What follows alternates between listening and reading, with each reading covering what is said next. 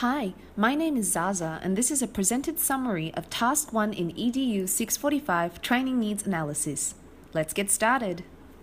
First, let's look at what a Training Needs Analysis, or TNA, is. A TNA is an assessment tool or process where needs of the organization, task, and personnel are identified and analyzed in order to address and enhance performance. Essentially, a TNA helps to diagnose or pinpoint where a problem exists and why it may be affecting performance of the organization. A TNA takes three perspectives into consideration: the organization's perspective, the personnel's perspective, and the task perspective. A TNA may look at expectations that an organization has of its personnel, the internal and external standards the organization may have to adhere to, and the training that this organization provides. When considering personnel, a TNA may be aimed at investigating their current skills and skill level, their past and current performance, and their professional learning mindset. A TNA may also be assessing the task to ascertain what requirements are necessary to complete the task and what prior qualifications may be needed. So why would we perform a TNA? There are three main reasons. 1. To problem solve. 2. To review resources, and 3. To ensure growth and evolution within an organization. Let's look at problem solving first. An organization may perform a TNA in order to investigate existing problems or to explore potential ones. Potential recommendations can then be put forward for consideration to bridge a performance gap. In other words, a TNA can help an organization's expectations become a reality. Secondly, an organization may perform a TNA to review the use of their resources. A TNA can help to ensure appropriate and optimal use of these resources. An organization with inappropriate use of resources may not be optimizing performance or maximizing profit. Thirdly, TNAs can also be performed regularly to help an organization's growth and evolution. Regular analyses help them stay relevant and current, avoiding stagnation. It maintains constant evolution of training and assessment techniques and keeps the organization up to par with their competition. Now, let's take a look at the organization we performed the TNA on for this study. The organization is a local combative school that has a reality-based self-defense instructors class. Essentially, all students in this class are working towards eventual instructorship, a process that normally takes 3 to 5 years. During their learning, they progressively move through levels of qualifications, and each level has a specific syllabus and assessment requirements. Here is a simple graphic showing how the student instructors progress through their stages of learning and the number of hours they are expected to dedicate each week to this training. Student instructors work in real classes under supervision to practice using their skills and knowledge in a practical context. This is the typical format of a civilian class. An instructor oversees the class of students and may be assisted by a qualified assistant instructor. Coaches and trainers are expected to work with some autonomy following basic instructions. Both formative and summative assessments are performed regularly in order to ensure feedback is given.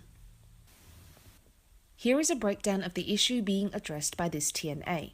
The current generation of coaches are not showing required levels of competency despite having been at this stage of training longer than all previous generations.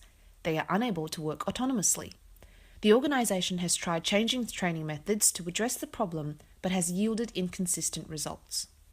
On to how we performed this TNA. We had 3 basic steps: collect the data, interpret the data and analyze the results, then make relevant recommendations. Let's look a little further into this process. Data was collected in different ways. Firstly, by looking. We observed the coach's performance and interactions in the classroom. We also reviewed syllabus documents and assessment requirements and guidelines. Next, we asked and listened.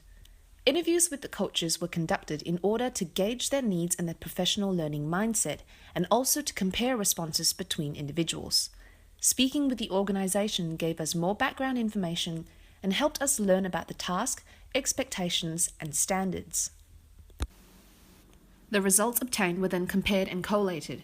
A gap analysis was performed. group and individual performance and training issues were defined and isolated. Known solutions and strategies were looked at, and new solutions and strategies were formulated. Recommendations made had to fulfill certain criteria. First, they had to be relevant to the organization's context and specific issue. It should also fit with the existing training program. Next, the recommendations had to be realistic.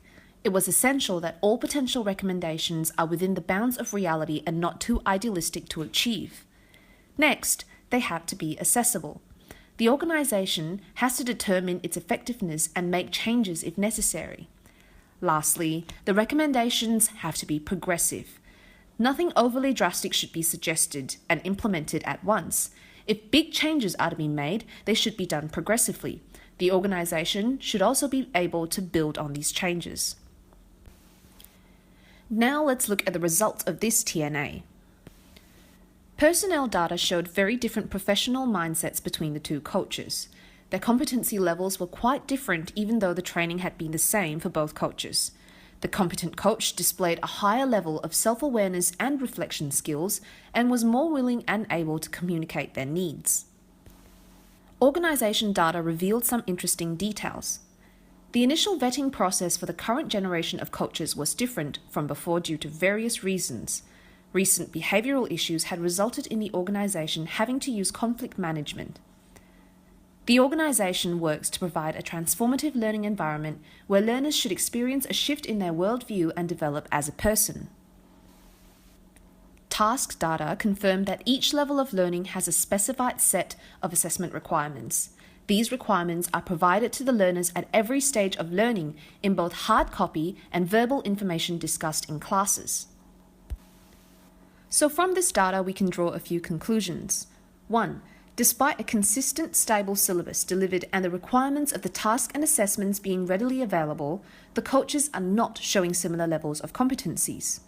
2. Information from the organization revealed deeper issues relating to professional development of soft skills and the professional learning mindset. These deeper personnel issues were directly impacting on a coach's learning and performance capability. The recommendations made to the organization are as follows. An increased focus on professional development to impart skills such as critical thinking, reflection, and communication, and develop self-directed learners. This is intended to teach coaches how to think rather than what to think. No change should be made to the technical training provided until further assessment can be done. A continuous TNA should be performed by the organization to assess if further changes may be required later. The organization should maintain a flexible, adaptive approach when addressing this issue. What were some points of reflection after this TNA was concluded? 1. Obtaining all three perspectives from the organization, personnel, and the task was so vital in ensuring a balanced perspective and recommendations that took all three into consideration. 2. How important it was to approach this TNA with an open mind in order to conduct a useful TNA without any preconceived views. 3. The results were unexpected but thought-invoking. Technical performance was being affected by personal skills, highlighting the importance of employability and not just formal qualifications in people. That concludes my presentation of EDU645 Task 1, the Training Needs Analysis. Thank you for your time and I hope you've enjoyed it.